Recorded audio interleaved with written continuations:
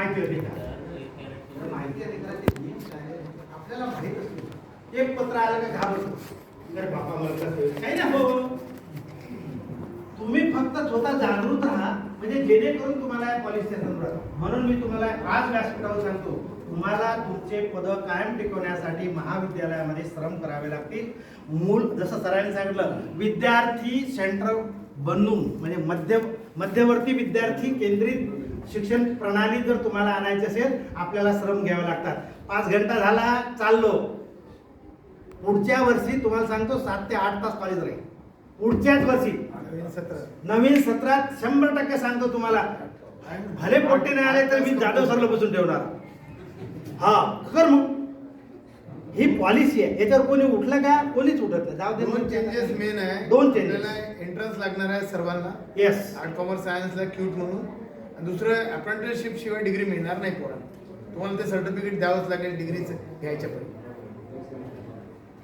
पूर्ण पॉलिसी तयार झाली आहे, लिस्ट सुद्धा झालेली आहे.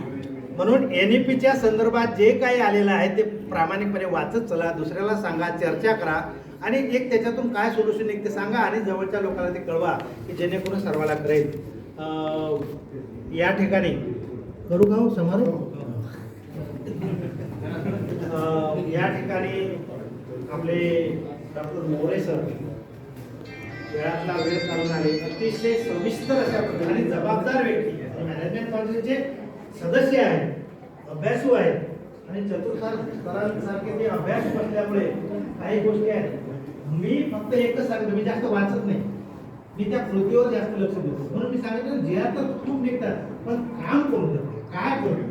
आणि लक्षात ठेवा, आपल्याला कोणी वाचवणार नाही मित्र. आणि प्राचार्य तर बिलकुल तुम्हाला वाचवणार नाही. तुम्हाला तर माहिती आहे प्राचार्याचं तुमचं कसं असते ते. पण एक लक्षात ठेवा, तुम्ही चांगले आम्ही चांगले, तुम्हाला तुमचे विद्यार्थी करावे लागतील. या ठिकाणी बीज भाषण मोरे सरांनी उत्कृष्ट अशा प्रकारचे दिलं. आमच्या समस्या सुद्धा काही सोडवलेल्या आहेत.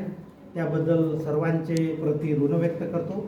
आणि हे जे काही जेवणाच्या अगोदरचे सर्व सत्र आहेत 2 हे या ठिकाणी संपले. फक्त एक माझी विनंती आहे, जेवण झाल्यानंतर इकडची जी बाजू आहे त्यांनी वरच्या मजल्यावर जायचं. आताच सांगतो, म्हणजे